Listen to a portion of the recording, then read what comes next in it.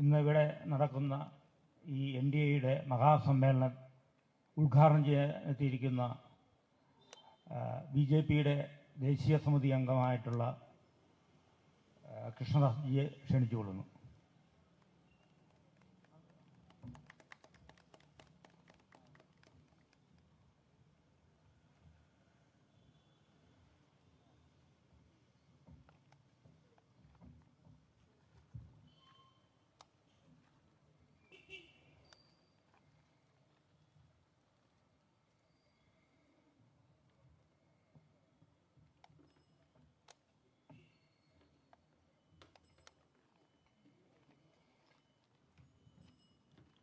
ആദരണീയനായ ഈ യോഗത്തിൻ്റെ അധ്യക്ഷനും വൈക്കം നിയമസഭാ നിയോജക മണ്ഡലം NDA ചെയർമാൻ കൂടിയായ ശ്രീ MR ഷാജി, BDJSൻ്റെ സമാദരണീയനായ സംസ്ഥാന ഉപാധ്യക്ഷൻ ശ്രീമാൻ പത്മകുമാർജി, ഭാരതീയ ജനതാ പാർട്ടിയുടെ ആദരണീയനായ ജില്ലാ അധ്യക്ഷൻ ശ്രീ ലിജിൻ ലാൽ, BJPയുടെ സംസ്ഥാന സമിതി അംഗം ശ്രീ രാധാകൃഷ്ണ മേനോൻ, BDJSൻ്റെ ജില്ലാ അധ്യക്ഷൻ ശ്രീ MB ഷൈൻ, BJPയുടെ സംസ്ഥാന സമിതി അംഗം ശ്രീ ഗുപ്തൻ ചേട്ടൻ, അതുപോലെ വേദിയിൽ ഉപോഷരായിട്ടുള്ള ശ്രീ TV വിക്രമൻ, ശ്രീ രമേശ് കാവിമറ്റം, ശ്രീ ലാൽകൃഷ്ണ, അതുപോലെ ഇവിടെ പ്രദർശനം രേഖപ്പെടുത്തുന്ന BDJSൻ്റെ മണ്ഡലം അധ്യക്ഷൻ ശ്രീ ലതീഷ് ഉൾപ്പെടെ ആദരണീയരായ NDAയുടെ നേതാക്കന്മാരെ, ഈ സമ്മേളനത്തിൽ സന്നിഹിതരായിട്ടുള്ള സഹോദരി സഹോദരന്മാരെ, സഹപ്രവർത്തകരെ, നല്ലവരായ നാട്ടുകാരെ, നമസ്കാരം. ആസന്നമായ ലോക്സഭാ തെരഞ്ഞെടുപ്പിൽ കോട്ടയം ലോക്സഭാ മണ്ഡലത്തിൽ നിന്നും ജനവിധി തേടുന്ന NDAയുടെ സാരഥി ശ്രീ തുഷാർ വെള്ളാപ്പള്ളിയുടെ വിജയത്തിനായാണ് ഈ സമ്മേളനം ഇവിടെ സംഘടിപ്പിച്ചിട്ടുള്ളത്. നമ്മുടെ ഈ സമ്മേളനം നടക്കുന്ന മണ്ണ് ചരിത്രങ്ങൾ ഉറങ്ങിക്കിടക്കുന്ന മണ്ണാണ്. ഭാരതത്തിനാകമാനം മാതൃകയാകുന്ന ഉജ്ജ്വലമായ പോരാട്ടത്തിൻ്റെ വീര്യം നിലനിൽക്കുന്ന മണ്ണാണ് വൈക്കം. ഭാരതത്തിൽ ആദ്യമായി ഐക്യത്തിനെതിരായിട്ട് സമരം ആരംഭിച്ചത് ഈ വൈക്കത്തിൻ്റെ മണ്ണിലാണ്. ഇവിടെ നടന്ന സമരചരിത്രത്തെക്കുറിച്ചൊന്നും ഞാൻ വിശദമായി പ്രതിപാദിക്കുന്നില്ല. പക്ഷേ ഐക്യത്തിനെതിരെ വൈക്കത്ത് സമരം ആരംഭിച്ചിട്ട് 100 വർഷം തികഞ്ഞിരിക്കുകയാണ്. 1924 മാർച്ച് മാസം 30-ാം തീയതിയാണ് ഇവിടെ സഞ്ചാര സ്വാതന്ത്ര്യത്തിന് വേണ്ടിയിട്ടുള്ള സമരം ആരംഭിച്ചത്.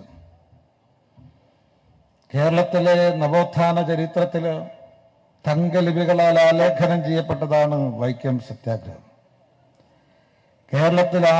കേരളത്തിലാകമാനം അലയടിച്ചുയർന്ന നവോത്ഥാനം, ആ നവോത്ഥാനത്തിന് ഒരുപാട് സവിശേഷതകളുണ്ട്. ഐക്യത്തിനും അനാചാരങ്ങൾക്കും അസ്പൃശ്യതക്കും എല്ലാറ്റിനുമെതിരായി കേരളത്തിലാകമാനം നിരവധി സമരങ്ങൾ നടന്നിട്ടുണ്ട്. ആ സമരങ്ങളുടെ സവിശേഷത ആധ്യാത്മിക ആചാര്യന്മാരാണ് ആ സമരങ്ങൾക്ക് നേതൃത്വം കൊടുത്തത്. കേരളത്തിൽ നടന്നിട്ടുള്ള നവോത്ഥാനം അത് ആധ്യാത്മിക ആചാര്യന്മാരുടെ നേതൃത്വത്തിലായിരുന്നു. നമുക്കറിയാൻ സാധിക്കും, 1936 നിലവിൽ വന്നിട്ടുള്ള ക്ഷേത്രപ്രവേശന വിളംബരത്തിന് അതിന് പ്രേരണയായി മാറിയത് വൈക്കം സത്യാഗ്രഹമാണ്. 1897 വിവേകാനന്ദൻ കേരളത്തെക്കുറിച്ച് പറഞ്ഞത് ഇത് ഭ്രാന്താലയാണ്. മാത്രമല്ല കേരളത്തിലെ ജനങ്ങളെ ബഹിഷ്കരിക്കണം. മനുഷ്യനെ കാണാൻ സാധിക്കാത്ത കേരളത്തിലെ ജനങ്ങൾ മനുഷ്യരല്ല. അതുകൊണ്ട് കേരളം ഭ്രാന്താലയമാണ്, കേരളത്തെ ബഹിഷ്കരിക്കണം, കേരളീയരെ ബഹിഷ്കരിക്കണം എന്ന് പറഞ്ഞു 1897. പക്ഷെ പ്രിയമുള്ളവരെ, 1937 40 വർഷത്തിന് ശേഷം മറ്റൊരു മഹാത്മാവ് കേരളത്തിൽ വന്നിട്ട് പറഞ്ഞു, ഇതാ കേരളം ഒരു തീർത്ഥാലയമാണ്, കേരളത്തിലെ ജനങ്ങളെ മാതൃകയാക്കണമെന്ന് പറഞ്ഞു. അത് മഹാത്മജിയായിരുന്നു. ക്ഷേത്രപ്രവേശന വിളംബരം നടത്തിയപ്പോൾ രാജകുടുംബം അതിന്റെ ആഘോഷത്തിൽ പങ്കുചേരാനാണ് 1937 ജനുവരി മാസം മഹാത്മജി അനന്തപുരിയിലെത്തിയത്. അവിടെ പൊതുസമ്മേളനത്തിന് മുന്നോടിയായിട്ട് ക്ഷേത്ര ദർശനം കഴിഞ്ഞ് തിരിച്ചു വന്ന ഗാന്ധിജി ആയിരങ്ങളെ അഭിസംബോധന ചെയ്തുകൊണ്ട് പറഞ്ഞു, ഇതാ ഈ മാതൃക, അതായത് സവർണാവർണ ഭേദമില്ലാതെ എല്ലാവർക്കും ശ്രീകോവിലിന് മുന്നിൽ പോയി ദൈവദർശനം നടത്താനുള്ള അവകാശം, അധികാരം ലഭിച്ചിരിക്കുന്നു. ഇത് ഭാരതത്തിന് മാതൃകയാണ്. അതുകൊണ്ട് ഞാൻ ഇന്ന് കേരളത്തിൽ വന്നത് ഒരു തീർത്ഥാടനം എന്നുള്ള നിലയ്ക്കാണ്. അതുകൊണ്ട് കേരളത്തെ മഹാത്മജി തീർത്ഥാലയം എന്നാണ് വിശേഷിപ്പിച്ചത്. കേരളീയരെ മാതൃകയാക്കാൻ വേണ്ടി പറഞ്ഞു. ഞാൻ സൂചിപ്പിക്കുന്നത്, ഭ്രാന്താലയം എന്ന് വിവേകാനന്ദൻ സൂചിപ്പിച്ച കേരളത്തെ തീർത്ഥാലയമാക്കി മാറ്റിയിട്ടുള്ള മഹാരഥന്മാരെ നോക്കൂ, ആധ്യാത്മിക ആചാര്യന്മാരാണ്. ശ്രീനാരായണ ഗുരുദേവനും ചട്ടമ്പി സ്വാമികളും തുടങ്ങിയിട്ടുള്ള ടി.കെ. മാധവനും മന്നത്താചാര്യനും പോലുള്ള മഹാത്മാക്കളാണ് ഈ നവോത്ഥാനത്തിന് നമ്മുടെ കേരളത്തിന് നേതൃത്വം കൊടുത്തത്. ഇത്രയും വലിയ നിശബ്ദ വിപ്ലവം നമ്മുടെ സംസ്ഥാനത്ത് നടന്നപ്പോ ഒരു തുള്ളി രക്തം പോലും ചിന്തിയില്ല. അതായത് ഈ രക്തം ചിന്തിയാൽ മാത്രമേ വിപ്ലവം നടക്കൂ എന്ന് ഒരുപാട് ദാർശനികന്മാർ പറയുന്നുണ്ട്. പക്ഷേ ഈ കേരളത്തിൽ നടന്നിട്ടുള്ള വിപ്ലവത്തിൽ ഒരു തുള്ളി രക്തം പോലും ചിന്തിയില്ല. രക്തരഹിത വിപ്ലവമാണ് കേരളത്തിൽ നടന്നിട്ടുണ്ടായിരുന്നത്. അതിന് കാരണം ആധ്യാത്മിക ആചാര്യന്മാരാണ് ഇത് നേതൃത്വം കൊടുത്തത് എന്നാണ്.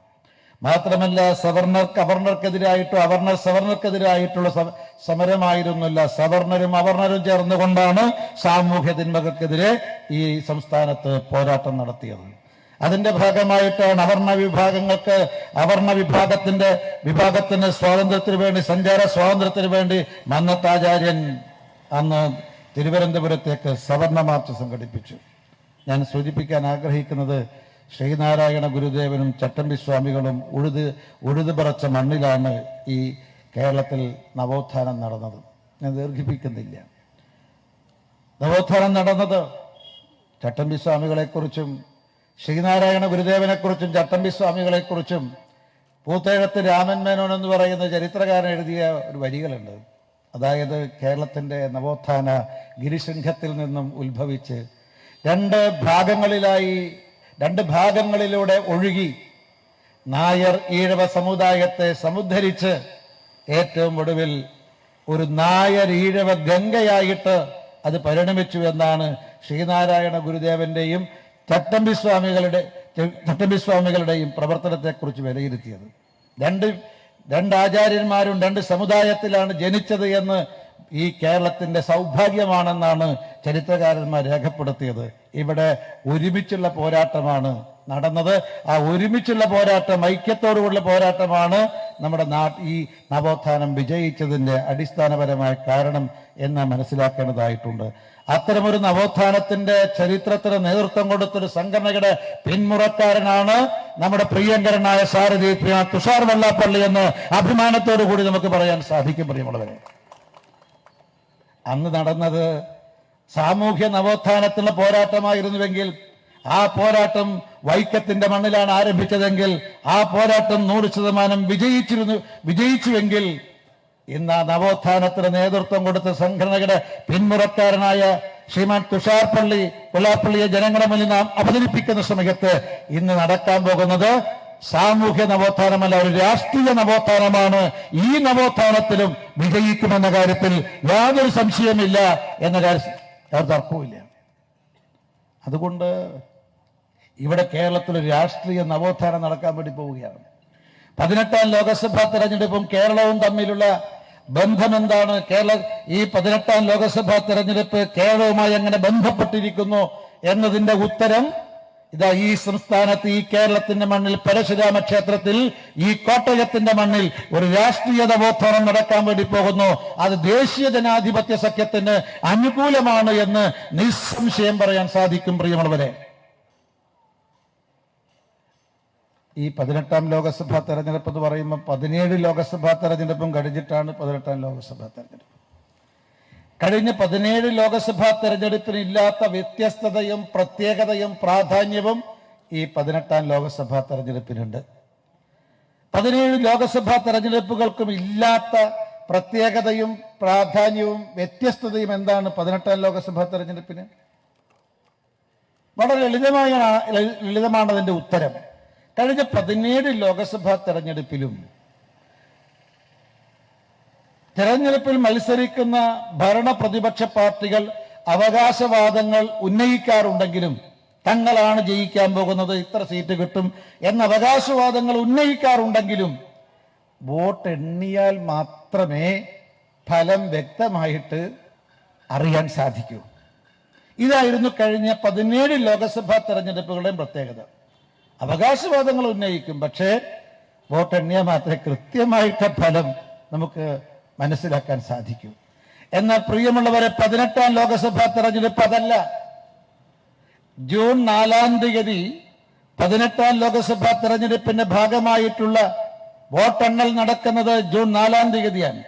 ജൂൺ 4-ാം തീയതി വോട്ടെണ്ണിയാൽ ഇന്ത്യ മഹാരാജ്യത്ത് എന്താണ് നടക്കാൻ പോകുന്നത് എന്ന് നമ്മുടെ നാട്ടിലെ ഒരു നഴ്സറി കുട്ടിയോട് ചോദിച്ചാൽ ആ നഴ്സറി കുട്ടി പറയും, ലോകാദരണീയനായ നേതാവ് നരേന്ദ്ര ദാമോദർ ദാസ് മോഡി 3ാമതും രാജ്യത്തിന്റെ പ്രധാനമന്ത്രിയാകുമെന്ന് നിസ്സംശയം പറയും.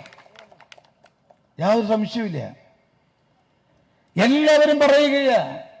ഇന്ന് നോക്കൂ നിങ്ങൾ, നഗരത്തിലായാലും ഗ്രാമത്തിലായാലും പച്ചക്കറിക്കടയിലായാലും പലവ്യഞ്ജനക്കടയിലായാലും പഴക്കടയിലായാലും മത്സ്യ മാർക്കറ്റിലായാലും എല്ലായിടത്തും ഒരേ ഒരു ചർച്ചയാ, നരേന്ദ്രമോദി നരേന്ദ്രമോദി നരേന്ദ്രമോദി.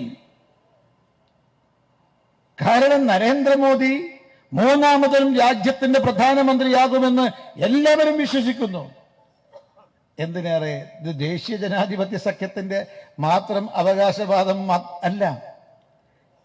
ഞങ്ങളൊക്കെ പങ്കെടുത്ത BJPയുടെ ദേശീയ സമിതിയിൽ നമ്മുടെ പ്രിയങ്കരനായ പ്രധാനമന്ത്രി പ്രസ്താവിച്ചു, BJPക്ക് ഒറ്റക്ക് 370+ സീറ്റും ദേശീയ ജനാധിപത്യ സഖ്യത്തിന് 400+ സീറ്റും കിട്ടുമെന്ന് പറഞ്ഞു. അന്ന് അതേ ദിവസം നിങ്ങൾ കണ്ടിരിക്കും, നമ്മുടെ എതിരാളിയായിട്ടുള്ള IND സഖ്യത്തിന് നേതൃത്വം നൽകുന്ന കോൺഗ്രസിന്റെ അഖിലേന്ത്യാ അധ്യക്ഷൻ മല്ലികാർജുന ഖാർഗെ പറഞ്ഞു, അല്ലയോ മോദിജി, അങ്ങക്ക് തെറ്റുപറ്റിയിരിക്കുന്നു.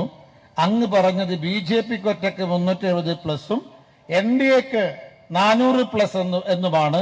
പക്ഷെ തങ്ങൾക്ക് തെറ്റുപറ്റിയിരിക്കുന്നു, BJPക്ക് ഒറ്റക്ക് തന്നെ 400+ സീറ്റ് കിട്ടുമെന്ന് കോൺഗ്രസിന്റെ അഖിലേന്ത്യാ അധ്യക്ഷൻ മല്ലികാർജുന ഖാർഗെ പ്രഖ്യാപിച്ചിരിക്കുകയാണ്. ഇതിന്റെ അർത്ഥം എന്താ? തെരഞ്ഞെടുപ്പ് ഒരു യുദ്ധമാണ്. ആ യുദ്ധത്തിന് ഇറങ്ങുന്ന സമയത്ത് നമ്മുടെ എതിരാളി നമ്മളോട് പറയുക, നിങ്ങളാണ് ജയിക്കാൻ പോകുന്നത്, നിങ്ങളാണ് ജയിക്കാൻ പോകുന്നത്. അതായത് യുദ്ധത്തിന് മുമ്പ് തന്നെ ഈ യുദ്ധക്കളത്തിൽ എതിരാളി പരാജയം സമ്മതിച്ചിരിക്കുന്നു. ഇതാണ് 18ാം ലോകസഭാ തെരഞ്ഞെടുപ്പിന്റെ മറ്റൊരു പ്രത്യേകത. യുദ്ധത്തിന് മുമ്പ് തന്നെ എതിരാളി പരാജയം സമ്മതിച്ചിരിക്കുകയാണ്. ഇങ്ങനെ നമ്മൾ ഒരിക്കലും കണ്ടിട്ടില്ല, കേട്ടിട്ടില്ല. മാത്രമല്ല, ഈ മല്ലികാർജുന ഖാർഗെ BJPക്ക് ഒറ്റക്ക് 400+ സീറ്റ് കിട്ടും എന്ന് പ്രഖ്യാപിച്ച അതേ ദിവസം തന്നെ IND സഖ്യത്തിന് IND എന്ന് നാമകരണം ചെയ്തിട്ടുള്ള പശ്ചിമ ബംഗാളിലെ മുഖ്യമന്ത്രി നമ്മുടെ ദീദി പറഞ്ഞു, കോൺഗ്രസിന് 40+ സീറ്റേ കിട്ടും. ഇത് 400+ സീറ്റ് പറഞ്ഞതും IND സഖ്യത്തിന് നേതൃത്വം കൊടുക്കുന്ന കോൺഗ്രസ് 40+ സീറ്റേ കിട്ടൂ എന്ന് പറയുന്നത് IND സഖ്യത്തില് IND സഖ്യം എന്ന് പേര് കൊടുത്തിട്ടുള്ള പശ്ചിമ ബംഗാൾ മുഖ്യമന്ത്രി മമതാ ബാനർജിയാണ്. ഇപ്പം ദേശീയ രാഷ്ട്രീയത്തിൽ, കേരളം ഉൾപ്പെടെയുള്ള ഇന്ത്യയിലെ ദേശീയ രാഷ്ട്രീയത്തിൽ ഈ തെരഞ്ഞെടുപ്പിൽ ചർച്ച ചെയ്യുന്നത് നിങ്ങൾ 400+ന്റെ കൂടെയാണോ 40+ന്റെ കൂടെയാണോ എന്നാണ്. ഞാൻ ചോദിക്കട്ടെ, വിവരവും വിദ്യാഭ്യാസവും ഉള്ള ഏതെങ്കിലും ഒരു വോട്ടർ ഈ 40+ന്റെ കൂടെ അണിനിരക്കുമോ? പ്രിയമുള്ളവരെ, ഈ കോട്ടയത്തെ വോട്ടർമാർ ഉൾപ്പെടെ എല്ലാവരും 400+ന്റെ കൂടെ, ദാമോദർ ദാസ് നരേന്ദ്രമോദിയുടെ കൂടെ, ദേശീയ ജനാധിപത്യ സഖ്യത്തിന്റെ കൂടെ അണിനിരക്കുമെന്ന കാര്യത്തിൽ യാതൊരു സംശയവും വേണ്ട. ഈ 40+ന്റെ കൂടെ അണിനിരന്നിട്ട് എന്താ കാര്യം? ഇപ്പൊ നോക്കൂ, ഇവിടെ തുഷാർ വെള്ളാപ്പള്ളി NDAയുടെ സാരഥിയാണ്. ശ്രീമാൻ നരേന്ദ്രമോദി നേതൃത്വം കൊടുക്കുന്ന ഒരു മുന്നണിയുടെ ഈ നിയോജക മണ്ഡലത്തിലെ, ഈ സംസ്ഥാനത്തെ ഈ നിയോജക മണ്ഡലത്തിലെ നേതാവ്, സഹയാത്രികനാണ്. തുഷാർ വെള്ളാപ്പള്ളി ജയിച്ചാൽ നരേന്ദ്രമോദിയോടൊപ്പം നിന്നുകൊണ്ട് ഈ കോട്ടയത്തിന്റെയും വൈക്കത്തിന്റെയും വികസനം, ജനക്ഷേമം 100% ഉറപ്പുവരുത്താൻ സാധിക്കുമെന്ന കാര്യത്തിൽ ഒരു സംശയവും വേണ്ട, ഒരു സംശയവും വേണ്ട. ഞാൻ ചോദിക്കട്ടെ, ഈ കേരള കോൺഗ്രസ് ജോസഫ് ഗ്രൂപ്പിനും മാണി ഗ്രൂപ്പിനും ഇന്ത്യൻ രാഷ്ട്രീയത്തിൽ എന്ത് ചുക്കും ചുണ്ണാമ്പുക ചെയ്യാൻ സാധിക്കുക പ്രിയമുള്ളവരെ? ഈ രണ്ട് പാർട്ടിക്ക് ഇന്ത്യൻ രാഷ്ട്രീയത്തിൽ എന്ത് പ്രസക്തിയാണുള്ളത്? കേരളത്തിന് പുറത്ത് കടന്നാൽ Kerala Congress, Mani group, Joseph group എന്ന് പറഞ്ഞാൽ ഇത് ആയുർവേദാണോ അലോപ്പതിയാണോ യുനാനിയാണോ എന്നാർക്കും അറിയില്ല. ഒരു ലോകസഭാ തെരഞ്ഞെടുപ്പ് ഒരു തമാശ കളിയാണോ? ഈ ഏതെങ്കിലും ഒരാൾ വിജയിച്ചാൽ എന്താ സംഭവിക്കാൻ പോകുന്നത്? മാക്സിമം സംഭവിക്കാൻ പോകുന്നത് ഡൽഹിയിലെ ഗാന്ധി പ്രതിമക്ക് കീഴെ ഇരുന്ന് ധർമ്മ നടത്തുക എന്നല്ലാതെ ഈ കോട്ടയത്തും വൈക്കത്തും ഒരു റോഡ് പോലും പുതുതായിട്ടുണ്ടാകാൻ വേണ്ടി പോകുന്നില്ല. ഇനി ഈ രണ്ട് ചങ്ങാതിമാർ ചേർന്നിരിക്കുന്ന മുന്നണി ഏതാ? ഒന്ന് LDF മുന്നണി, CPM നേതൃത്വം കൊടുക്കുന്ന മുന്നണി, മറ്റൊന്ന് കോൺഗ്രസ് നേതൃത്വം കൊടുക്കുന്ന UDF മുന്നണി. ഇവരെ സ്ഥിതി എന്താ? ഈ കേരള കോൺഗ്രസ് ഒന്നും വലുതായിട്ടൊന്നും മെച്ചപ്പെട്ട പാർട്ടിയല്ല CPM-ഉം കോൺഗ്രസും. പ്രിയമുള്ളവരെ, ഞാൻ ദീർഘിപ്പിക്കുന്നില്ല. ഇനി 1-2 പരിപാടികൾ പങ്കെടുക്കാനുള്ളതുണ്ട്. മാത്രമല്ല, ഞാൻ പറയാൻ ആഗ്രഹിക്കുന്നു, നമ്മുടെ പ്രിയങ്കരനായിട്ടുള്ള സ്ഥാനാർത്ഥി ശ്രീ തുഷാർ വെള്ളാപ്പള്ളി, ഞങ്ങൾ ഒരുമിച്ചുണ്ടായിരുന്നു. പക്ഷെ ആ സമയത്താണ് അദ്ദേഹത്തിന് ശിവഗിരിയിലേക്ക് പോകേണ്ടി വന്നത്. എനിക്ക് തോന്നുന്നു ശിവഗിരിയിൽ നിന്ന് വരാൻ അല്പം താമസിക്കുന്നത് കൊണ്ട് അദ്ദേഹം എന്നോട് പറഞ്ഞു, താങ്കൾ ഈ യോഗത്തിന് ഉദ്ഘാടനം ചെയ്യുക, ഞാൻ മറ്റൊരു ദിവസം വൈക്കത്തെ ജനങ്ങളെ അഭിസംബോധന ചെയ്യുമെന്ന്. അതുകൊണ്ട് വൈക്കത്തെ ജനങ്ങളെ അഭിസംബോധന ചെയ്യാൻ നമ്മുടെ പ്രിയങ്കരനായ സ്ഥാനാർത്ഥി മറ്റൊരു ദിവസം വരും. ഞാൻ സൂചിപ്പിക്കാൻ ആഗ്രഹിക്കുന്നത്, നിങ്ങൾ നോക്കൂ, മാർക്സിസ്റ്റ് പാർട്ടിയും CPM-ഉം കോൺഗ്രസും ഈ തെരഞ്ഞെടുപ്പിൽ എന്തിനാ മത്സരിക്കുന്നത്? BJP ഉൾപ്പെടെയുള്ള ദേശീയ ജനാധിപത്യ സഖ്യം മത്സരിക്കുന്നത് ബഹുഭൂരിപക്ഷത്തോടുകൂടി അധികാരത്തിലേറാനാണ്. ബഹുഭൂരിപക്ഷത്തോടുകൂടി അധികാരത്തിലേറാൻ വേണ്ടിയിട്ടാണ് തുഷാർ വെള്ളാപ്പള്ളി NDA സ്ഥാനാർത്ഥിയെ കോട്ടയത്ത് മത്സരിക്കുന്നത്. ദേശീയ ജനാധിപത്യ സഖ്യം ഇന്ത്യയിൽ ഉടനീളം മത്സരിക്കുന്നത് ബഹുഭൂരിപക്ഷത്തോടുകൂടി അധികാരത്തിലേക്കാൻ വേണ്ടിയിട്ടാണ്. എന്നാൽ മാർക്സിസ്റ്റ് പാർട്ടിയും കോൺഗ്രസും മത്സരിക്കുന്നത്, പ്രിയമുള്ളവരെ, അതിജീവനത്തിന് വേണ്ടിയിട്ടാണ്, നിലനിൽപ്പിന് വേണ്ടിയിട്ടാണ്. അതാണ് നേരത്തെ രാധാകൃഷ്ണ മേനോൻ സൂചിപ്പിച്ചത്. നമ്മുടെ ഈ മാർക്സിസ്റ്റ് പാർട്ടിയും കോൺഗ്രസും മത്സരിക്കുന്ന അതിജീവനത്തിന് വേണ്ടിയിട്ടാണ് എന്ന് അതിന്റെ നേതാക്കന്മാർ തന്നെ സമ്മതിച്ചു കഴിഞ്ഞിരിക്കുന്നു. കോൺഗ്രസിന്റെ CPM-ന്റെ കേന്ദ്ര കമ്മിറ്റി അംഗം AK ബാലൻ പറഞ്ഞത്, ഇത്തെരഞ്ഞെടുപ്പിൽ മാർക്സിസ്റ്റ് നേതാക്കന്മാർക്ക് അരിവാൾ ചുറ്റിക നക്ഷത്രത്തിൽ മത്സരിക്കാം.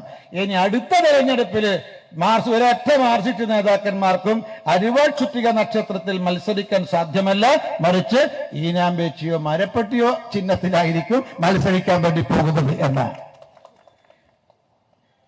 AK ബാലന്റെ നാവ് പൊന്നാവട്ടെ എന്ന് വൈക്കത്തപ്പനയോട് ഞാൻ പ്രാർത്ഥിക്കുകയാണ്. പക്ഷെ എനിക്ക് നമ്മുടെ ഇലക്ഷൻ കമ്മീഷനോട് NDAക്ക് ഒരു അപേക്ഷയുണ്ട്. എന്താണെന്നറിയോ? ഈ മാർക്സിസ്റ്റ് പാർട്ടിക്ക് അവരുടെ തെരഞ്ഞെടുപ്പ് ചിഹ്നമായി ഈനാമ്പേച്ചിയെയോ മരപ്പട്ടിയെയോ നിശ്ചയിക്കുന്നതിന് മുമ്പ് ഈ രണ്ട് കൂട്ടരുടെയും അഭിപ്രായം ഒന്ന് അറിയണം. ആരുടെ അഭിപ്രായം? ഈനാമ്പേച്ചിയുടെയും മരപ്പട്ടിയുടെയും. കാരണം ഈനാമ്പേച്ചിയുടെയും മരപ്പട്ടിയുടെയും അഭിപ്രായം അറിയാതെ ഇലക്ഷൻ കമ്മീഷൻ CPM-ന്റെ തെരഞ്ഞെടുപ്പ് ചിഹ്നമായി പ്രഖ്യാപിച്ചാൽ ഇവർ രണ്ടുപേരും സുപ്രീം കോടതിയിൽ മാനനഷ്ടത്തിൽ കേസ് ഫയൽ ചെയ്യുന്ന കാര്യത്തിൽ യാതൊരു സംശയവുമില്ല. കാരണം ഈനാമ്പേച്ചിയെ മരപ്പട്ടിയെ അപമാനിക്കുന്നതിന് തുല്യമാണ്. ഏതായാലും ബാലന്റെ കണ്ടുപിടുത്തം നല്ലതാണ്. കാരണം മാർക്സിസ്റ്റ് പാർട്ടി വംശനാശം സംഭവിക്കാൻ പോകുന്ന പാർട്ടിയാണ്. അതുകൊണ്ട് വംശനാശം സംഭവിക്കാൻ പോകുന്ന പാർട്ടിക്ക് വംശനാശം സംഭവിക്കുന്ന ഒരു ജീവിയെ തന്നെ തെരഞ്ഞെടുപ്പ് ചിഹ്നമായി കിട്ടണം എന്നുള്ളത് കൊണ്ടാണ് അദ്ദേഹം ആ അഭിപ്രായ പ്രകടനം നടത്തിയത്. നോക്കൂ നിങ്ങൾ, ചിഹ്നത്തിന് വേണ്ടിയാണ് മത്സരം. ഒന്നുകിൽ 4 സംസ്ഥാനത്ത് 8 എം പിമാരുണ്ടാകണം, അല്ലെങ്കിൽ 4 സംസ്ഥാനത്ത് സംസ്ഥാന പാർട്ടിയായി മാറണം, അല്ലെ 3 സംസ്ഥാനത്ത് 6 MP ആയി മാറണം. ഇതിനെക്കുറിച്ച് മാർക്സിസ്റ്റ് പാർട്ടിയുടെ ചർച്ച ചിഹ്നം സംരക്ഷിക്കാൻ വേണ്ടി കിട്ടാണ്. നിങ്ങൾ നോക്കൂ, ഈ തെരഞ്ഞെടുപ്പിൽ ഈ പാർട്ടിക്ക്, ഈ LDF എന്ന് പറയുന്ന മുന്നണിക്ക്, CPM-ന് എന്ത് പ്രസക്തിയാണ്? CPM-ന്റെ പ്രസക്തി തന്നെ അപ്രസക്തമാകുമ്പോൾ CPM-നോടൊപ്പം മത്സരിക്കുന്ന ഈ കോട്ടയത്തും പത്തനംതിട്ട ജില്ലയിലും മാത്രം പ്രവർത്തനമുള്ള കേരള കോൺഗ്രസിന്റെ പ്രസക്തി എന്താ? പഞ്ചായത്ത് ഇലക്ഷൻ ആണെങ്കിൽ ആവട്ടെ, കേരള കോൺഗ്രസിന്റെ പ്രസക്തി നമുക്ക് സമ്മതിക്കാം. മാർക്സിസ്റ്റ് പാർട്ടിക്ക് തന്നെ പ്രസക്തിയില്ല, പിന്നെ ഈ കേരള കോൺഗ്രസിന്റെ പ്രസക്തി എന്താ?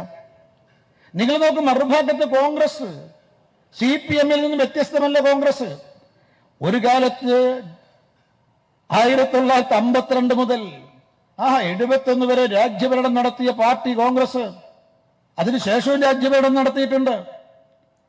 484 സീറ്റോളം കിട്ടിയ പാർട്ടി, 52% വോട്ട് നേടിയ പാർട്ടി, ഇന്ത്യയിലെ ഏറ്റവും വലിയ സംസ്ഥാനമായ ഉത്തർപ്രദേശ് ഉൾപ്പെടെയുള്ള നിരവധി സംസ്ഥാനങ്ങളുടെ ഭരണം കയ്യിലിട്ട് അമ്മാനമാടിയ കോൺഗ്രസ് ഇന്ന്, പ്രിയമുള്ളവരെ, ഏതാണ്ട് 49 സീറ്റുകൾ മാത്രമുള്ള സംസ്ഥാനത്ത് മാത്രമാണ് ഭരണം നടത്തുന്നത്. 28 സീറ്റ് കർണാടകത്തിലും, എനിക്ക് ചുമതലയുണ്ടായിരുന്ന 17 സീറ്റുള്ള തെലങ്കാനയും 4 സീറ്റുള്ള ഹിമാചൽ പ്രദേശിലുമാണ് കോൺഗ്രസ് ഭരണം നടത്തുന്നത്. അതായത് 545 ലോകസഭാ സീറ്റുള്ള ഇന്ത്യ മഹാരാജ്യത്ത് 49 ലോകസഭാ അംഗങ്ങൾ മാത്രം തെരഞ്ഞെടുത്തയക്കാൻ സാധിക്കുന്ന 3 സംസ്ഥാനങ്ങളിലാണ് കോൺഗ്രസ് ഭരണം നിലനിൽക്കുന്നത്. അങ്ങ് ഉത്തര ഭാരതത്തിൽ, പശ്ചിമ ഭാരതത്തിൽ, വടക്ക് കിഴക്കൻ ഭാരതത്തിൽ കേവലം ഒരു ചെറിയ പൊട്ടുപോലെ തോന്നുന്ന ഹിമാചൽ പ്രദേശിലെ അവിടെയാണ് ഭരണം. 4 സീറ്റേ ഉള്ളൂ. പിന്നെ ദക്ഷിണേന്ത്യയിലെ കർണാടകത്തിലും തെലങ്കാനയിലും മാത്രമാണ്. പ്രിയമുള്ളവരെ, അതുകൊണ്ട് ഞങ്ങൾ പറയാൻ ആഗ്രഹിക്കുന്നു, ചരിത്രത്തിലില്ലാത്ത തിളക്കമാർന്ന വിജയമായിരിക്കും ദേശീയ ജനാധിപത്യ സഖ്യത്തിന് ഈ തെരഞ്ഞെടുപ്പിലുണ്ടാകാൻ പോകുന്നത്. ഉത്തര ഭാരതത്തിലും പശ്ചിമ ഭാരതത്തിലും വടക്കൻ ഭാരതത്തിലും തെക്കൻ ഭാരതത്തിലും അതുപോലെ വടക്ക് കിഴക്കൻ ഭാരതത്തിലും തൂത്തുവാരാൻ വേണ്ടി പോവുകയാണ് ദേശീയ ജനാധിപത്യ സഖ്യം. കോൺഗ്രസിന് അതിന്റെ രാഷ്ട്രീയ ചരിത്രത്തിലെ ഏറ്റവും ദയനീയമായ പരാജയമായിരിക്കും ഈ തെരഞ്ഞെടുപ്പിൽ ഉണ്ടാകാൻ വേണ്ടി പോകുന്നത്. അതായത് ഈ തെരഞ്ഞെടുപ്പിന് ശേഷം LDF-ന് നേതൃത്വം കൊടുക്കുന്ന CPM-ഉം UDF-ന് നേതൃത്വം കൊടുക്കുന്ന കോൺഗ്രസും മറ്റൊരു കേരള കോൺഗ്രസ് ആയി മാറും എന്ന കാര്യത്തിൽ യാതൊരു സംശയം വേണ്ട. ജനങ്ങൾ ചിന്തിക്കുക, നിങ്ങളുടെ സമ്മതിദാനാവകാശം പാഴായി പോകണമോ? അതുകൊണ്ട് നമ്മുടെ ജനാധിപത്യ അവകാശം വിനിയോഗിക്കേണ്ടത് നാടിന്റെ നന്മയ്ക്ക് വേണ്ടി, നാടിന്റെ പുരോഗതിക്ക് വേണ്ടി, ജനനന്മയ്ക്ക് വേണ്ടി, ജനക്ഷേമത്തിന് വേണ്ടി, രാജ്യത്തിന്റെ പൊതുവായ താല്പര്യത്തിന് വേണ്ടി മാത്രമല്ല, നമ്മുടെ തലമുറയായിട്ട് വരുന്ന ചെറുപ്പക്കാർക്ക്, നമ്മുടെ വീട്ടിലെ യുവതി യുവാക്കൾക്ക്, നമ്മുടെ മക്കൾക്ക് അവരുടെ സ്വപ്നത്തിന് നിറം പകരാൻ സാധിക്കുന്ന, അവരെ കൈകളിലേക്ക് തൊഴിലെത്തിക്കാൻ സാധിക്കുന്ന, നമ്മുടെ പിൻതലമുറക്കാർക്ക് അഭിമാനത്തോടുകൂടി ഈ രാജ്യത്ത് ജീവിക്കാൻ സാധിക്കുന്ന ഒരു സാഹചര്യം ഒരുക്കുന്ന ഒരു സർക്കാരല്ലേ നമുക്ക് വേണ്ടത്. ആ സർക്കാർ വേണമെന്നുണ്ടെങ്കിൽ ആർക്കാണ് വോട്ട് കൊടുക്കേണ്ടത്? നിസ്സംശയം പറയാൻ സാധിക്കും, ദേശീയ ജനാധിപത്യ സഖ്യം സാരഥി ശ്രീമതി തുഷാർ വെള്ളാപ്പള്ളിക്കാണ് വോട്ട് കൊടുക്കേണ്ടത് എന്ന കാര്യം യാതൊരു സംശയമില്ല. ഞാൻ ദീർഘിപ്പിക്കുന്നില്ല. നോക്കൂ, 10 വർഷം ഇവിടെ ചർച്ച ചെയ്യപ്പെടേണ്ട വിഷയം എന്താ? 2014 മുതൽ 24 വരെ രാജ്യഭരണം നടത്തിയ NDA സർക്കാരിന്റെ സൽഭരണത്തെക്കുറിച്ച് നടത്തണം ചർച്ച. 8 കൊല്ലത്തെ ഇരട്ടച്ചങ്കനെന്ന് അവകാശപ്പെടുന്ന പിണറായിയുടെ ഭരണവും ചർച്ച ചെയ്യപ്പെടണം. 2004 മുതൽ 2014 വരെ രാജ്യം ഭരിച്ച UPA സർക്കാരിന്റെ ഭരണത്തെക്കുറിച്ചും ചർച്ച ചെയ്യണം. ഈ ചർച്ചയാണ് നടക്കേണ്ടത്. ഇതാണ് രാഷ്ട്രീയ ചർച്ച. എന്താണ് കോൺഗ്രസ് ഈ 10 വർഷം രാജ്യത്തിന് വേണ്ടി ചെയ്തത്? ആകാശത്തും പാതാളത്തിലും ഭൂമിയിലും തീവെട്ടിക്കൊള്ള നടത്തി എന്നുള്ളതാണ് 2004 മുതൽ 14 വരെ രാജ്യം ഭരിച്ച UPA സർക്കാരിന്റെ നേട്ടം. ലോകത്തിൽ ഇന്നേ വരെ ഒരു ഭരണാധികാരിക്കും ഈ 3 സ്ഥലത്തും അഴിമതി നടത്താൻ പറ്റിയിട്ടില്ല. ഒന്നുകിൽ ഭൂമിയിൽ അഴിമതി നടത്തും, ചില ആളുകൾ പാതാളത്തിൽ നടത്തും, ചില ആളുകൾ ആകാശത്ത് നടത്തും. പക്ഷെ ആകാശത്തിലും ഭൂമിയിലും പാതാളത്തിലും ഒരേപോലെ അഴിമതി നടത്തിയ ലോകത്തിലെ ആദ്യത്തെ ഭരണാധികാരി അത് കോൺഗ്രസിലെ നേതാക്കന്മാരാണ്. യാതൊരു സംശയവുമില്ല. 2G കുംഭകോണം എവിടെയാ? 2G എന്ന് പറഞ്ഞാൽ എവിടെയാ? ആകാശത്താ. അപ്പൊ ഞാനിവിടുന്ന് ഫോൺ വിളിച്ചാൽ നിങ്ങൾക്ക് കിട്ടുന്നത് എങ്ങനെയാ? ആകാശത്തിലൂടെ, നമ്മുടെ തരംഗങ്ങളിലൂടെയാണ്. അവിടെയാണ് അഴിമതി നടന്നത്. കൽക്കരി കുംഭകോണം എവിടെയാ? കോൺഗ്രസിന്റെ കാലത്ത് നടന്ന കൽക്കരി കുംഭകോണം ഭൂമിക്കടിയിൽ പാതാളത്ത്. പിന്നെ കോബൺ ബെൽസ് കുംഭകോണം, അതുപോലെ തന്നെ ഹെലികോപ്റ്റർ കുംഭകോണം, പഞ്ചസാര കുംഭകോണം, മുളക് കുംഭകോണം, അരി കുംഭകോണം, ഇതെല്ലാം ഭൂമിയിലാണ്. പ്രിയമുള്ളവരെ, ഭൂമിയിലും പാതാളത്തും ആകാശത്തും തീവെട്ടിക്കൊള്ള നടത്തി എന്നതിനപ്പുറത്ത് UPA ഗവൺമെന്റിന്, മാർക്സിസ്റ്റ് കോൺഗ്രസ് സംയുക്ത ഗവൺമെന്റിന്, കേന്ദ്ര സർക്കാരിന് ഈ രാജ്യത്തൊന്നും ചെയ്യാൻ സാധിച്ചിട്ടില്ല. നിങ്ങൾ നോക്കൂ, 8 വർഷക്കാലം രാജ്യം ഭരിക്കുന്ന പിണറായിയുടെ ഗവൺമെന്റ് എന്താ നേട്ടം? സാധനം നിങ്ങളൊക്കെ പണ്ട് ബഹദൂറിന്റെ സിനിമ കണ്ടിരിക്കും അല്ലേ? രാഷ്ട്രമേനോനും പത്മകുമാർജിയും ഷൈനൊക്കെ ഈ സിനിമ കാണുന്നവരാ. ഞാനങ്ങനെ കാണാറില്ല. പക്ഷേ ഈ ബഹദൂറിന്റെ ഒരു പാട്ട്, ഒരു ഡാൻസും കളിച്ചുകൊണ്ടുള്ള ഒരു പാട്ട് നിങ്ങൾക്ക് ഓർമ്മയുണ്ടാവും. നഞ്ച് വാങ്ങാൻ പോലും നയ പൈസയില്ല, നയ പൈസയില്ല. നിങ്ങൾ നോക്ക്, ശരിക്കും മുഖ്യമന്ത്രി പിണറായി വിജയനും ധനമന്ത്രി ബാലഗോപാലും തമ്മിൽ സംയുക്ത ഡാൻസ്. നഞ്ച് വാങ്ങാൻ പോലും നയ പൈസയില്ല, നയ പൈസയില്ല. ഞാൻ ഇന്ന് എന്നോടൊരു സഹപ്രവർത്തകൻ പറഞ്ഞു, ഡ്രൈവിംഗ് ലൈസൻസ് കിട്ടുന്നില്ല. ഞാൻ എന്താ കാര്യം? ഈ ഡ്രൈവിംഗ് ലൈസൻസ് അടിക്കേണ്ട പുസ്തകം ഉണ്ടല്ലോ, അത് അച്ചടിച്ച പ്രസ്സിലെ മുതലാളിക്ക് 22 കോടി കൊടുക്കാണ്ട്. അയാൾ പറഞ്ഞു, ഇനി മുതൽ നിങ്ങൾക്ക് ഞങ്ങൾ അടിച്ചു തരില്ല. ഇപ്പം ഡ്രൈവിംഗ് ലൈസൻസ് കിട്ടൂല. മറിയക്കുട്ടിക്ക് 1600 രൂപ സാമൂഹ്യക്ഷേമ പെൻഷൻ കൊടുത്തില്ല എന്ന് മാത്രമല്ല, ഒരു മറിയക്കുട്ടിയല്ല, മറിയക്കുട്ടി ഈ കേരളത്തിലെ പാവപ്പെട്ട സാധാരണക്കാരുടെ പ്രതീകമാണ് മറിയക്കുട്ടി. ആ മറിയക്കുട്ടി പിച്ചച്ചട്ടി എടുത്ത് തെരുവിലിറങ്ങിയിട്ടുണ്ടെങ്കിൽ ഈ ഇരട്ടച്ചങ്കന്റെ ഭരണത്തിന്റെ നേട്ടമാണ് എന്ന് പറയാൻ നമുക്ക് പറയാൻ സാധിക്കും. ഒന്നും നടക്കുന്നില്ല പ്രിയമുള്ളവരെ. ഒരു ഭാഗത്ത് ഈ സാമൂഹ്യക്ഷേമ പെൻഷൻ ഇല്ല, ശമ്പളവും ഇല്ല, അതുപോലെ പെൻഷൻ കൊടുക്കുന്നില്ല, ഒന്നും കൊടുക്കുന്നില്ല. ഇന്നലെ തിരുവനന്തപുരത്ത് ഏതാണ്ട് എത്ര പേരാണെന്നറിയോ നിങ്ങൾ തിരുവനന്തപുരം മെഡിക്കൽ കോളേജിൽ നിന്ന് ശസ്ത്രക്രിയ ചെയ്യാൻ സാധിക്കാതെ മടങ്ങിപ്പോയത്? അവിടെയും പൈസയില്ല. ഓപ്പറേഷൻ തിയേറ്റർ അടച്ചുപൂട്ടുകയാണ്, ഒന്നിനും പൈസയില്ല. എന്നാൽ നമ്മുടെ മുഖ്യൻ ആകാശത്ത് കൂടെ യാത്ര ചെയ്യാൻ പ്രതിമാസം 88 ലക്ഷം രൂപ ചെലവഴിച്ച് ഹെലികോപ്റ്റർ, ഭൂമിയിലൂടെ യാത്ര ചെയ്യാൻ 80ഓളം വാഹനങ്ങൾ. ഒരു ദിവസം നമ്മുടെ മുഖ്യമന്ത്രി ഭൂമിയിലൂടെയാണ് യാത്ര ചെയ്യുന്നതെങ്കിൽ ലക്ഷക്കണക്കിന് രൂപയാ പൊടിപൊടിക്കുന്നത്. ആകാശത്തിലൂടെ യാത്ര ചെയ്യാൻ ലക്ഷക്കണക്കിന് രൂപയാ പൊടിപൊടിക്കുന്നത്. ഇയാൾ ആകാശത്തിലൂടെയും ഭൂമിയിലൂടെയും യാത്ര ചെയ്തിട്ട് എന്താണ് സാധാരണക്കാർക്കുള്ള ഗുണം? ഒരു ഗുണവുമില്ല, ഒരു ഗുണവുമില്ല. അപ്പൊ 8 വർഷക്കാലത്തെ ഇടതുപക്ഷത്തിന്റെ നേട്ടം വട്ടപൂജ്യമാണ്. എണ്ണമറ്റ കോട്ടങ്ങൾ കേരള ജനതയ്ക്ക് സംഭാവന ചെയ്ത ഒരു ഗവൺമെന്റാണ് ഈ പിണറായിയുടേത്. പക്ഷെ ഇപ്പോ അതുപോലെ കോൺഗ്രസിന്റെയും പിണറായിയുടെയും ഗവൺമെന്റിന്റെ അവസ്ഥ. അതുകൊണ്ട് ഈ LDFനും UDFനും ജനക്ഷേമത്തെക്കുറിച്ച് പറയാനില്ല, വികസനത്തെക്കുറിച്ച് പറയാനില്ല. 10 വർഷക്കാലത്ത് നരേന്ദ്രമോദി സർക്കാർ നേട്ടം എന്തൊക്കെയാ? എണ്ണിയാൽ 1001 രാവുകൾ പറഞ്ഞാലും തീരാത്ത അറബി കഥകൾ പോലെ എത്രയെത്ര നേട്ടങ്ങളാ, എത്രയെത്ര ജനക്ഷേമ പദ്ധതികളാ പാവപ്പെട്ടവർക്ക്, സാധാരണക്കാർക്ക്, മുന്നോക്കക്കാർക്ക്, പിന്നോക്കക്കാർക്ക്, ഭൂരിപക്ഷക്കാർക്ക്, ന്യൂനപക്ഷക്കാർക്ക്, മലയോരത്തും കടലോരത്തും താമസിക്കുന്നവർക്ക്, ഗ്രാമത്തിലും നഗരത്തിലും താമസിക്കുന്നവർക്ക്, ആബാലവൃദ്ധം ജനങ്ങൾക്കും ആശ്വാസമേകുന്ന അനവധി ക്ഷേമ പദ്ധതികളാണ് 10 വർഷത്തിനുള്ളിൽ നരേന്ദ്രമോദി സർക്കാർ രാജ്യത്ത് നടപ്പാക്കിയത്. നോക്കൂ നിങ്ങൾ, ഈ നാട്ടിലെ പെട്ടിക്കടക്കാരന്റെ 10,000, 20,000, 50,000, 1 ലക്ഷം രൂപ വരെ വായ്പ, യാതൊരു ഈടില്ലാത്ത വായ്പ കൊടുത്തു. പെട്ടിക്കടക്കാരൻ, ഏതെങ്കിലും ഒരു സർക്കാർ ഈ പെട്ടിക്കടക്കാരനെ കുറിച്ച് ചിന്തിക്കാറുണ്ടോ? ഈ പെട്ടിക്കടക്കാരൻ മുതൽ യുവതികളെ, യുവാക്കളെ, വൃദ്ധരെ, വൃദ്ധമാരെ, സ്ത്രീകളെ, പുരുഷന്മാരെ, കുട്ടികളെ, എല്ലാ വിഭാഗം ജനങ്ങളെയും ഞാൻ നേരെ സൂചിപ്പിച്ചല്ലോ, ജാതി, മത, രാഷ്ട്രീയം എല്ലാം മാറ്റി നിർത്തിക്കൊണ്ട് 145 കോടി ജനങ്ങളെയും ചേർത്ത് പിടിച്ച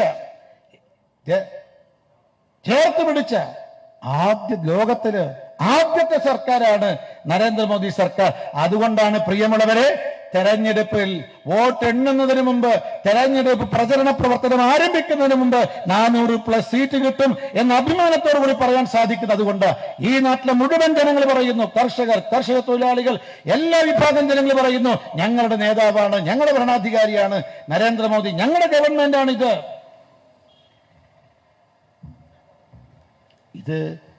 നിങ്ങൾ ഏത് വീട്ടിൽ പോയി കഴിഞ്ഞാലും 1,53,00,000 കേരളീയർക്കാണ് സൗജന്യമായി ഒരു മാസം 5 കിലോഗ്രാം അരി നൽകുന്നത് പ്രധാനമന്ത്രി അന്ന കല്യാൺ യോജനയിലൂടെ.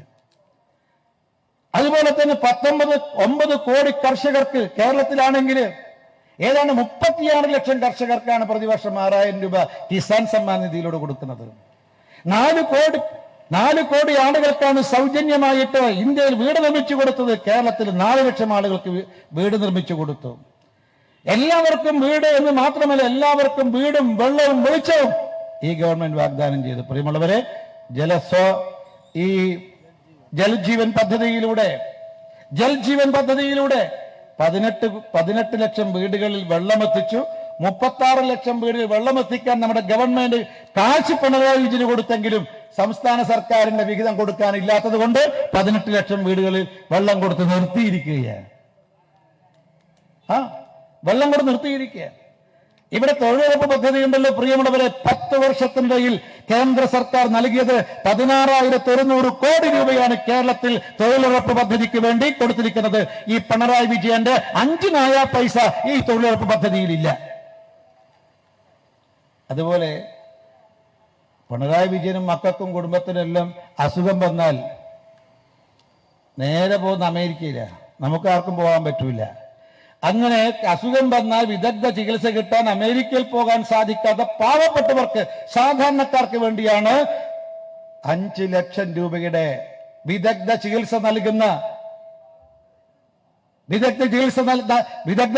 നൽകുന്ന ഇൻഷുറൻസ് പദ്ധതി ഈ ഗവൺമെന്റ് നടപ്പാക്കിയത്. ഏതാണ്ട് 72 ലക്ഷം ആളുകൾക്കാണ് കേരളത്തിൽ ഇതിന്റെ ഗുണഭോക്താക്കളാക്കാൻ സാധിച്ചത്. 2,000 കോടി രൂപ വിതരണം ചെയ്തിട്ടുണ്ട്. ഞാൻ ഒരുപാട് കാര്യങ്ങളുണ്ട് കേരളത്തിലെ ജനങ്ങൾക്ക് വിതരണം നൽകിയിട്ടുള്ളത്. അതുകൊണ്ട് പ്രിയമുള്ളവരെ, ഇത്തരമൊരു ഗവൺമെന്റ് അല്ലേ രാജ്യത്ത് വീണ്ടും അധികാരത്തിൽ വരേണ്ടത്. അതുകൊണ്ട് നിങ്ങളെല്ലാവരുടെയും വിലപ്പെട്ട വോട്ടവകാശം നമ്മുടെ രാജ്യത്തിന്റെ പൊതുവായ വികസനത്തിന് വേണ്ടി, ജനക്ഷേമത്തിന് വേണ്ടി ദേശീയ ജനാധിപത്യ സഖ്യം സ്ഥാനാർത്ഥി ശ്രീമാൻ തുഷാർ വെള്ളാപ്പള്ളിക്ക് കുടമടയാളത്തിൽ വോട്ട് രേഖപ്പെടുത്തി അദ്ദേഹത്തെ വമ്പിച്ച ഭൂരിപക്ഷത്തോടുകൂടി വിജയിപ്പിക്കണമെന്ന് താഴ്മയോടുകൂടി അപേക്ഷിക്കുക. ഇനി അങ്ങോട്ടുള്ള ദിവസങ്ങളിൽ വീടാന്തരം കയറിയിറങ്ങി ഇത്തരം സന്ദേശം, നമ്മുടെ NDAയുടെ സന്ദേശം ഓരോ വോട്ടറിലും എത്തിച്ചുകൊണ്ട് തുഷാർ വെള്ളാപ്പള്ളിയുടെ വിജയം സുനിശ്ചിതമാക്കണം എന്നുള്ളതാണ് ഈ അവസരത്തിൽ പറയാനുള്ളത്. ഞാൻ സ്ഥാനാർത്ഥികളെക്കുറിച്ച്, എതിരാളികളെക്കുറിച്ചൊന്നും ഞാൻ കൂടുതലൊന്നും പറയുന്നില്ല. എതിരാളികളെ ആദരിക്കണം, ബഹുമാനിക്കണം എന്ന് പഠിപ്പിച്ച ഒരു പാർട്ടിയുടെ എളിയ പ്രവർത്തകനാണ് ഞാൻ. അവർ വ്യക്തിപരമായി ഞാൻ ആക്ഷേപിക്കുന്നില്ല. പക്ഷെ കോട്ടയത്തെയും വൈക്കത്തെയും ജനങ്ങളോട് പറയുന്നു, സമ്മതിദാനാവകാശം വേസ്റ്റാക്കരുത്. ഈ കേരള കോൺഗ്രസ്സുകാർക്ക് വോട്ട് ചെയ്തുകൊണ്ട് ഊറ്റി ചുക്കും നടക്കാൻ വേണ്ടി പോകുന്നില്ല. അവിടെ നിങ്ങളുടെ സമ്മതിദാനാവകാശം നഷ്ടപ്പെടുത്തരുത്. ഈ 2 സ്ഥാനായി ഈ LDFനും UDFനും നിങ്ങൾ വോട്ട് കൊടുക്കുകയാണെങ്കിൽ നിങ്ങൾ സമ്മതിദാനാവകാശം നഷ്ടപ്പെടുത്തുന്നതിന് തുല്യമാണ്. ഏതായാലും ജനക്ഷേമം, വികസനവും ജനക്ഷേമ പദ്ധതികളും ഈ വൈക്കത്തും കോട്ടയത്തും എത്തിക്കാൻ മറ്റ് 2 LDF UDF സ്ഥാനാർത്ഥികളെക്കാൾ 1000 മടങ്ങ് യോഗ്യനാണ് NDA സ്ഥാനാർത്ഥി ശ്രീമാൻ തുഷാർ വെള്ളാപ്പള്ളി എന്ന് അഭിമാനത്തോടുകൂടി ഞങ്ങൾ പറയാൻ ആഗ്രഹിക്കുകയാണ്. അതുകൊണ്ട് നിങ്ങളെല്ലാവരുടെയും വിലപ്പെട്ട വോട്ടവകാശം കുടമടയാളത്തിൽ ശ്രീമാൻ തുഷാർ വെള്ളാപ്പള്ളിക്ക് രേഖപ്പെടുത്തിക്കൊണ്ട് അദ്ദേഹത്തിന്റെ വിജയം സുനിശ്ചിതമാക്കണമെന്ന് മാത്രം അഭ്യർത്ഥിച്ചുകൊണ്ട്, അതിനായിട്ട് വൈക്കത്തിന്റെ മണ്ണിൽ നടന്നിട്ടുള്ള ഈ കൺവെൻഷൻ നിങ്ങളെല്ലാവരുടെയും അനുമതിയോടെ, അനുഗ്രഹത്തോടെ വൈക്കത്തപ്പൻ അനുഗ്രഹാശിസുകളും ഒക്കെ എല്ലാവർക്കും ഉണ്ടാകട്ടെ എന്ന പ്രാർത്ഥനയോടെ ഈ പരിപാടി ഔപചാരികമായി ഉദ്ഘാടനം ചെയ്ത് പ്രഖ്യാപിച്ചുകൊണ്ട് എന്റെ പ്രസംഗം ശ്രമിച്ച എല്ലാവർക്കും നന്ദി പ്രകാശിപ്പിച്ചുകൊണ്ട് നിർത്തുന്നു. നമസ്കാരം.